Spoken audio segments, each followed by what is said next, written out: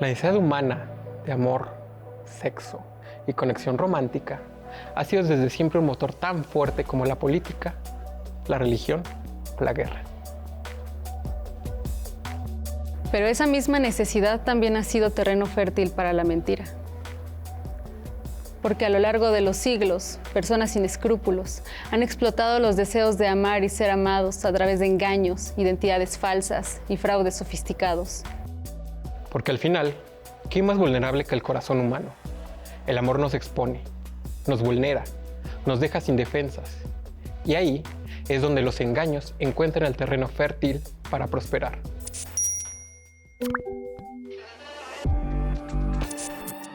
Hubo un momento en el que quise borrarme. Quise cambiar mi nombre. Sentía que mi rostro, mi identidad y mi historia estaban arruinados por culpa de alguien que me traicionó. Una expareja que no buscaba otra cosa más que lastimarme.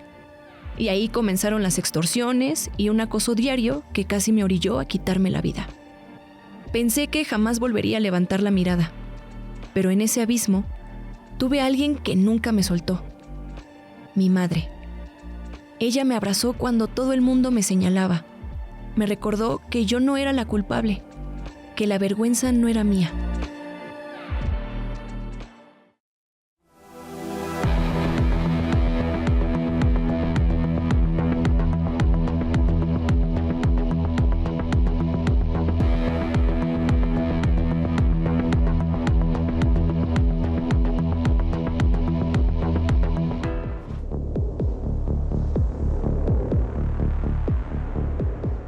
No son simples estafas donde solo se roba dinero. Se trata de manipular esperanzas, sueños, la idea de un futuro compartido. Cuando alguien cree en la promesa de un romance, no lo hace con la frialdad de un inversionista, lo hace con la intensidad de un creyente. Y esa fe es la que termina siendo explotada. No es casualidad que las grandes filosofías y religiones siempre hayan colocado al amor en el centro. Desde Platón, que lo vio como una fuerza de ascenso hacia lo divino, hasta el cristianismo, que lo erigió como un mandamiento fundamental. El amor mueve sociedades, inspira sacrificios, pero también ciega y arrastra. Esa doble cara es la que aprovechan los estafadores. Donde hay idealización, hay espacio para ilusión. Donde hay deseo, hay espacio para el espejismo. Incluso económicamente, el amor tiene un peso enorme. La industria de las bodas, las apps de citas, el turismo romántico. Todos son recordatorio de que el amor no solo es una emoción, también es un mercado. Y donde hay mercado, siempre hay falsificadores. El fraude romántico es como una sombra que sigue esa economía emocional y material. Cada época ha tenido su propia versión, siempre adaptada a las herramientas de comunicación disponibles. Hay un trasfondo histórico también. Cada generación cree que inventó sus propias tragedias amorosas, pero la verdad es que los engaños sentimentales son tan viejos como las historias que nos contamos. Desde las epopeyas griegas hasta los dramas de Shakespeare, siempre hay personajes que fingen amor para obtener poder, riqueza o venganza. En pleno siglo XXI lo vemos multiplicado por algoritmos y pantallas, pero no es un fenómeno moderno, es un eco de algo muy antiguo. Es casi filosófico. El amor nos hace buscar certeza en la incertidumbre, confiar en alguien más como si fuese un refugio. Pero ahí mismo está la paradoja. Lo que nos salva también nos expone. Hoy no hablamos solo de crímenes digitales ni de cifras económicas. También hablamos de la fragilidad humana, de cómo la necesidad de conexión puede ser nuestra mayor fortaleza y nuestra mayor vulnerabilidad. Esa vulnerabilidad, esa mezcla de deseo, esperanza y miedo, ha sido aprovechada durante siglos. Por eso, aunque parezca algo propio de la era digital, la verdad es que tiene raíces mucho más profundas. La gente suele pensar que el fenómeno nació con Tinder o con Internet, pero ya en el siglo XVI existía lo que se conocía como la estafa del prisionero español. Exacto. Esa estafa es uno de los arquetipos más antiguos de fraude romántico internacional. Funcionaba así. Un supuesto noble español, encarcelado en tierras extranjeras, enviaba cartas a caballeros acaudalados en otros países. Les prometía recompensas fabulosas y ayudaban a liberar su fortuna. Y en algunos casos, añadía un cebo irresistible, la mano de su hija, supuestamente hermosa y en edad de casarse. En otras palabras, mezclaban el dinero con el deseo romántico. Y lo curioso es que la mecánica es casi idéntica a los correos fraudulentos del siglo XX o XXI. Esos que dicen, soy un príncipe nigeriano, necesito tu ayuda para desbloquear mi fortuna. Y el patrón psicológico es el mismo. La víctima cree estar accediendo a una oportunidad única, riqueza y un matrimonio ventajoso. en realidad está siendo manipulada. Lo importante es entender que ya desde entonces se combinan emociones, codicia, un supuesto vínculo romántico para lograr el fraude. En los siglos siguientes, con la expansión de la imprenta y los periódicos, aparecieron nuevas formas para realizar estas farsas. Durante el siglo XIX en Estados Unidos, se popularizaron los anuncios personales en prensa y las agencias matrimoniales. Junto con esa moda llegaron también las advertencias. En 1876, por ejemplo, el New York Times publicó una nota sobre el auge de las llamadas mail order brides, o novias por correo, señalando cómo estafadores prometían esposas a solitarios de zonas rurales, cobrando por cartas, fotografías o supuestos pasajes de un futuro matrimonio que nunca existió. Es lógico, la sociedad siempre ha sido un mercado. Los timadores lo entendieron antes que nadie. Prometían compañía, pero en realidad buscaban estafar a hombres y mujeres solitarios. Se pedía dinero para trámites de boda, supuestos pasajes de tren o supuestos gastos familiares. Y al final, nunca había novia, ni novio, ni matrimonio. De ahí se desprende una constante. El fraude romántico siempre ha sido hijo de la tecnología de su tiempo.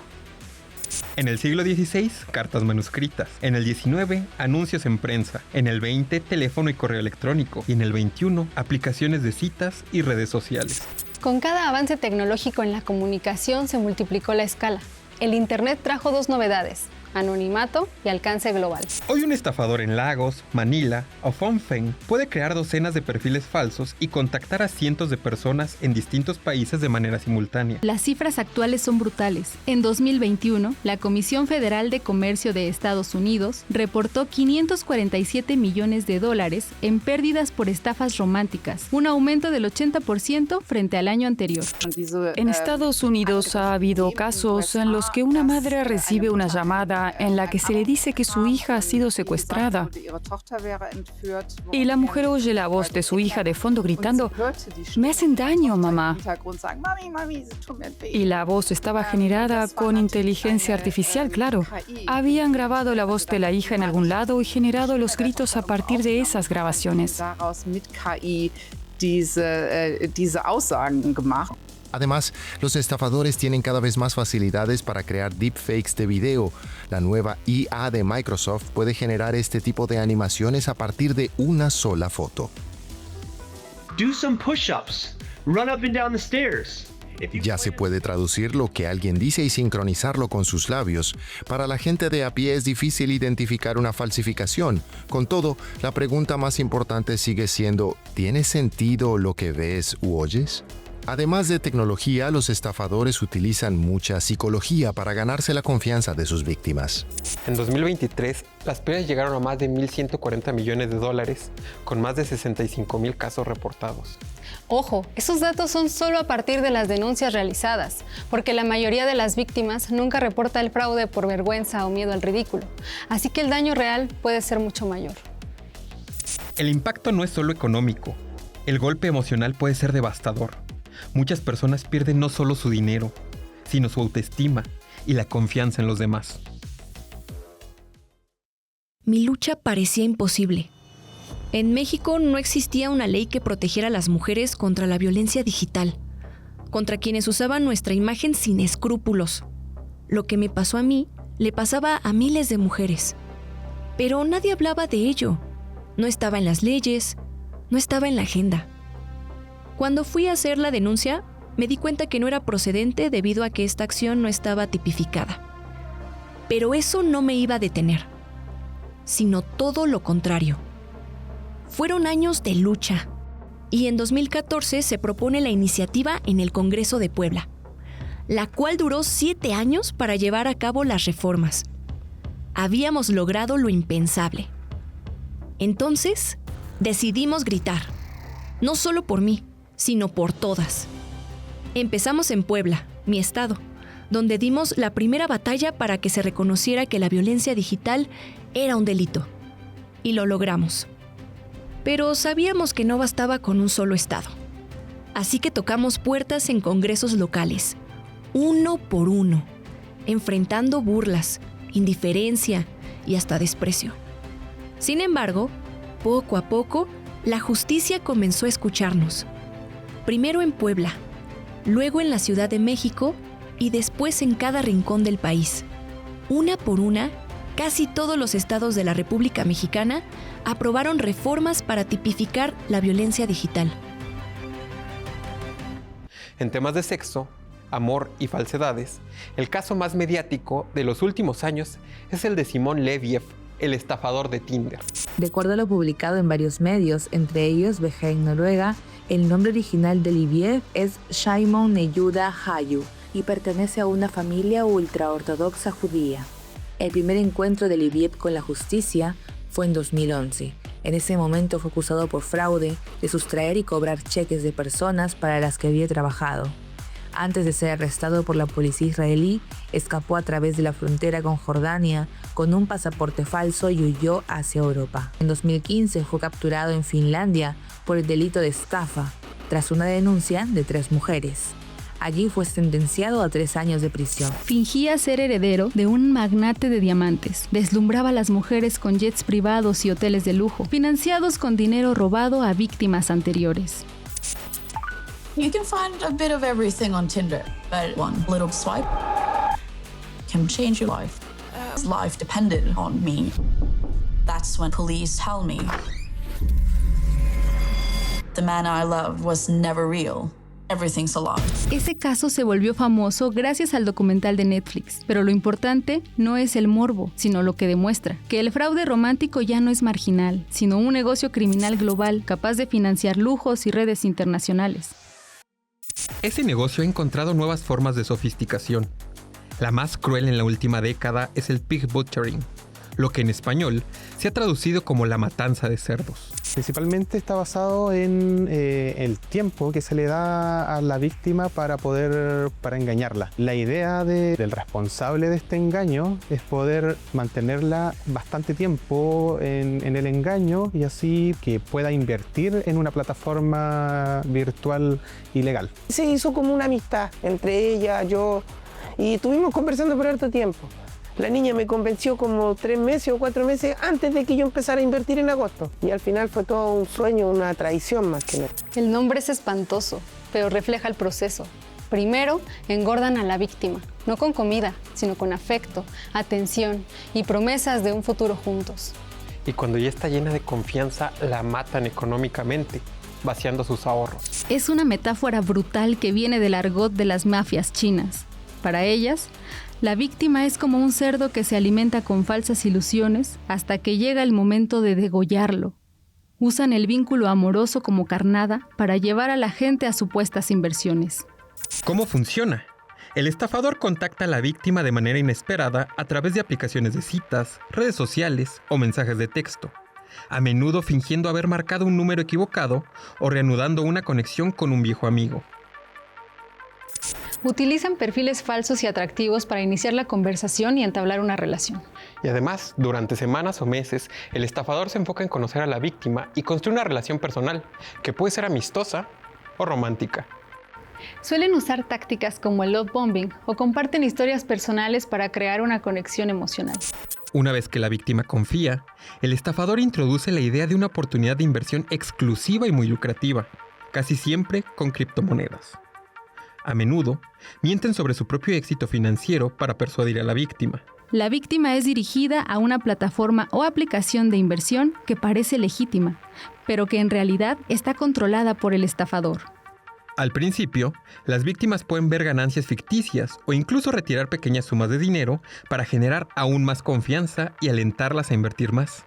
El estafador presiona a la víctima para que invierta sumas cada vez mayores, utilizando tácticas de alta presión. Una vez que la víctima no puede o no quiere invertir más o intenta retirar sus fondos, los estafadores desaparecen, bloquean la comunicación y la plataforma de inversión se vuelve inaccesible. Así combinan la manipulación psicológica con el fraude financiero. Las víctimas pierden su dinero. Estas estafas aparecieron en 2019 en el sudeste asiático, impulsadas por mafias chinas. Montaron centros clandestinos en Myanmar, Camboya y Laos, donde retienen a miles de personas bajo engaños laborales.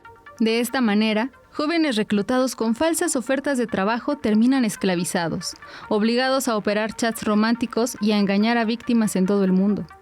La ONU estima que cientos de miles de personas han sido traficadas y explotadas en estos centros. Y lo más atroz es que hablamos de víctimas dobles, las personas estafadas en Occidente y los trabajadores forzados en Asia.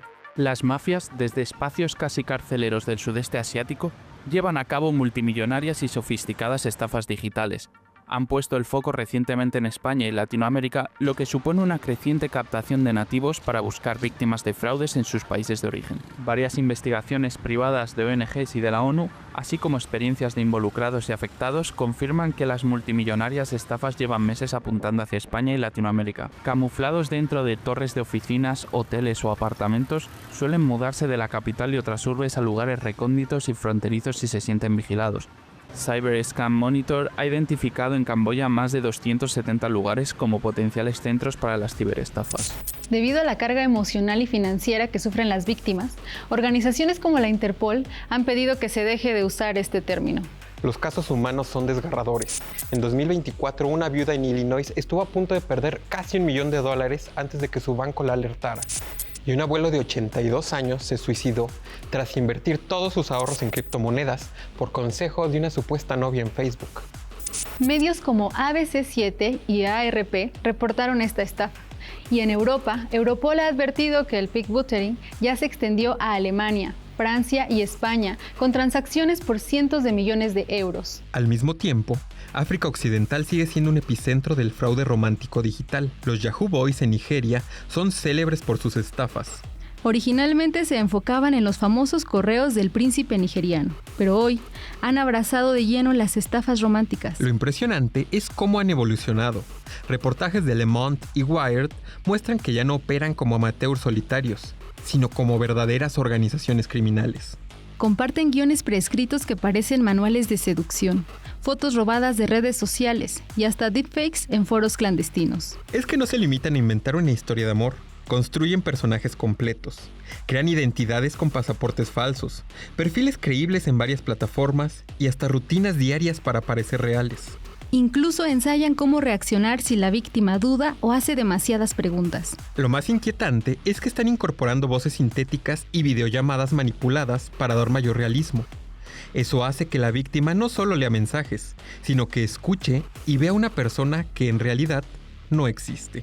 Es un salto tecnológico que convierte lo que antes era un simple correo fraudulento en una experiencia emocional envolvente. Y ese es el verdadero peligro. Ya no es solo un engaño financiero, es una maquinaria capaz de fabricar vínculos afectivos con precisión quirúrgica. El amor no puede programarse, pero muchos ya lo intentan. En paralelo, hemos visto casos mediáticos que no buscan dinero, sino control emocional. El ejemplo es Manti Te'o, el jugador de fútbol americano universitario. En 2012 creyó tener una novia online que murió de leucemia. Todo resultó ser una farsa sin beneficio económico, solo manipulación emocional. Ese caso fue devastador, porque lo ridiculizaron en todo el país. Mostró que el fraude romántico no siempre busca dinero, a veces busca atención, poder psicológico o simple crueldad. Possibly the most beautiful girl I've ever met. Not because of her physical beauty, but the beauty of her character and who she is. En otros casos, los fraudes se entrelazan con la violencia sexual digital. La sextorsión es un ejemplo claro. Estafadores que se hacen pasar por mujeres adolescentes consiguen fotos íntimas de jóvenes y luego las chantajean. La vergüenza es tan grande que muchos chicos terminan suicidándose. Y no solo menores, también adultos en busca de sexo casual en línea han sido víctimas de chantajes similares. El reto para sancionar la violencia digital y proteger la intimidad sexual es global, y hoy se potencia con inteligencia artificial. Así es, los deepfakes han cambiado las reglas del juego. Un estafador ya no solo escribe mensajes, ahora puede mostrar un video hiperrealista de una persona diciendo te amo o pidiendo dinero. Lo más grave es que se han usado deepfakes para generar pornografía falsa de mujeres, dañando sus reputaciones o extorsionándolas. Estas herramientas, aún en su infancia tecnológica, fueron pieza clave en un caso ocurrido en Francia, en 2025, cuando una mujer fue engañada con un Brad Pitt falso generado con inteligencia artificial. Me envió esta. Te deseo, bebé. Te amo tanto. Te adoro. Yo pensaba que se tomaba estas fotos para mí. Anne, de 53 años, era decoradora de interiores y casada con un empresario multimillonario cuando decidió crearse una cuenta de Instagram en 2023. Allí fue contactada por el supuesto Brad Pitt. Tenía frente a mí a alguien que se interesaba por mí, por mi trabajo, porque mi propio marido no se interesaba. Él sabía qué decir. Todo lo que una mujer podría querer, yo lo recibía de él. Surprised by your reaction, I shared everything with you, hoping you would help keep my travel plans secret. Los que no vivieron esta historia no pueden hablar ni juzgar la manera en que caí en esta estafa. Los estafadores le hicieron creer que tenía una relación con él y le pidieron dinero para un tratamiento médico. Perdió 830,000 euros. Luego, cuando se viralizó la noticia a nivel mundial, fue víctima de acoso y burlas en internet por haber caído. Es un doble castigo. Primero la estafa, después la humillación pública. Y lo mismo pasa con las suplantaciones en Instagram. Delincuentes clonan perfiles de mujeres jóvenes, incluso menores, para vender supuestos packs sexuales. Bloquean a la víctima real y engañan a sus amigos y seguidores. Lo más perverso es cómo la opinión pública responde. En lugar de solidarizarse con una persona que fue manipulada con tecnología cada vez más sofisticada, la reacción dominante es la burla. Se convierte en la tonta que creyó en un Brad Pitt de internet. Eso refleja una cultura profundamente misógina y punitiva hacia las mujeres que se atreven a buscar afecto. El escarnio mediático termina reforzando el silencio. Muchas víctimas no denuncian porque temen ser ridiculizadas, señaladas como ingenuas o culpadas por su propio sufrimiento. Es un estigma que agrava la herida emocional del fraude. Hay que subrayar algo. Nadie se ríe de una víctima de fraude bancario que cae en un phishing. Pero cuando el engaño tiene que ver con el amor o la sexualidad, entonces la sociedad se siente con derecho a juzgar y ridiculizar. Esa es otra forma de violencia que debemos visibilizar. Y debemos culpar a las corporaciones también por no darle la debida importancia al uso criminal de sus redes sociales. Muchas veces las plataformas tardan semanas en eliminar los perfiles falsos, y mientras tanto, decenas de personas caen en la trampa. No fue fácil. Hubo que convencer a legisladores, marchar en las calles, soportar señalamientos y amenazas. Pero en cada congreso donde se aprobaba, sentíamos que una puerta se abría para todas. Cada reforma era una victoria colectiva, un paso hacia adelante. Y cuando finalmente los congresos locales habían reconocido la violencia digital, llegó el momento más importante: que México entero lo reconociera como ley federal. En 2021, después de años de lucha, el Congreso de la Unión aprobó reformas a la Ley General de Acceso de las Mujeres a una vida libre de violencia y al Código Penal Federal. Ese día, la Ley Olimpia dejó de ser un esfuerzo aislado en los estados y se convirtió en un derecho garantizado para todas en el país. De un dolor personal, pasamos a un triunfo colectivo. De querer esconderme, pasé a caminar con el rostro en alto. Y lo que comenzó en México cruzó fronteras. Argentina, Panamá, Estados Unidos ya han dado pasos firmes. Y la lucha sigue. Colombia, Ecuador, Guatemala y Honduras están a punto de aprobar leyes similares. Lo que un día parecía imposible, hoy es esperanza que no conoce fronteras. Esta historia está inspirada en la valiente Olimpia Coral Melo. Y su voz, que alguna vez quisieron silenciar, ahora es un eco que recorre el mundo. Lo cierto es que los fraudes sentimentales han sabido adaptarse a cada época. Desde las cartas en el siglo XVI hasta la inteligencia artificial en el XXI, el patrón es el mismo: explotar el amor como punto débil. Nuestra defensa debe ser igual de adaptativa. Educación digital, alfabetización mediática, herramientas para detectar deepfakes y, sobre todo, romper el estigma de la vergüenza. Porque al final, el amor seguirá siendo un motor humano, pero también seguirá siendo un blanco para los estafadores. Y solo con conciencia crítica podremos romper este ciclo del engaño. Exacto. El amor como fuerza vital no desaparecerá. Los engaños tampoco. Pero lo que sí puede cambiar es nuestra capacidad de reconocerlos, enfrentarlos y construir una cultura que proteja a las personas en su vulnerabilidad. Porque la búsqueda de amor legítimo seguirá existiendo. Y junto a esas historias verdaderas, siempre habrá farsantes que intenten colarse en nuestros afectos. Nuestra mejor defensa es estar informados, difundir estas historias como advertencia y mantener un sano escepticismo sin perder la esperanza. El amor puede ser el anzuelo perfecto si olvidamos mirarlo con los ojos abiertos.